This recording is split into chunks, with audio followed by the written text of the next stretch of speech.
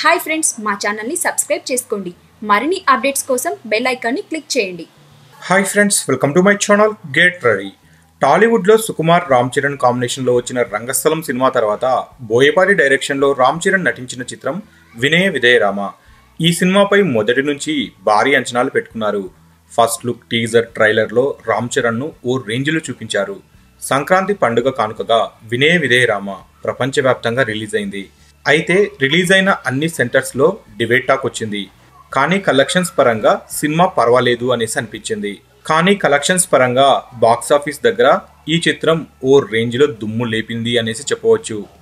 టాక్తో సంబంధం లేకుండా ఈ రేంజ్లో కలెక్షన్లను సాధించడం ఒక్క రామ్ చరణ్కే చెల్లింది అంటూ సినీ పండితులు సైతం రామ్ చరణ్కు కితాబిస్తున్నారు.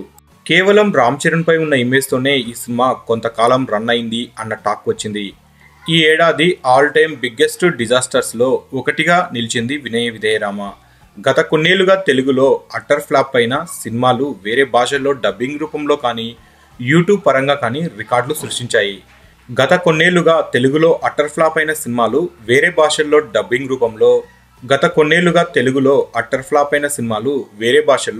డబ్బింగ్ రూపంలో కానీ యూట్యూబ్ పరంగా కానీ రికార్డులను సృష్టించాయి.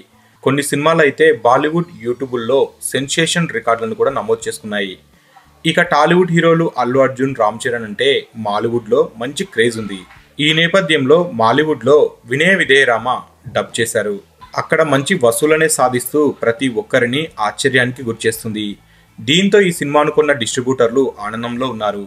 గత 5 రోజుల్లో ఈ చిత్రం సుమారుగా 42 లక్షల గ్రాస్ను, 21 లక్షల షేర్ను వసూలు చేసినట్లుగా ట్రేడ్ పండితుల సమాచారం. ఈ లెక్కలు కొంచెం చిన్నగా అనిపించినా ఒక డబ్బింగ్ సినిమాకు అక్కడ అంత వసూలు రావడం మామూలు విషయం కాదంటున్నారు అక్కడి ట్రేడ్ పండితులు. రాబోయే రోజుల్లో ఈ సినిమాకు కలెక్షన్లు ఏ రేంజ్లో ఉండబోతున్నాయో చూడాల్సిందే. మొత్తానికి టాలీవుడ్లో పర్వాలేదు అనిపించుకున్న మాలీవుడ్లో సూపర్ హిట్ కావడంతో మెగా ఫ్యాన్స్ సంతోషంలో ఉన్నారు. సో ఫ్రెండ్స్, మీకు ఈ వీడియో నచ్చితే లైక్ చేయండి, షేర్ చేయండి. మరిన్ని ఫిల్మ్ అప్డేట్స్ కోసం మన ఛానల్ని తప్పకుండా సబ్స్క్రైబ్ చేసుకోండి.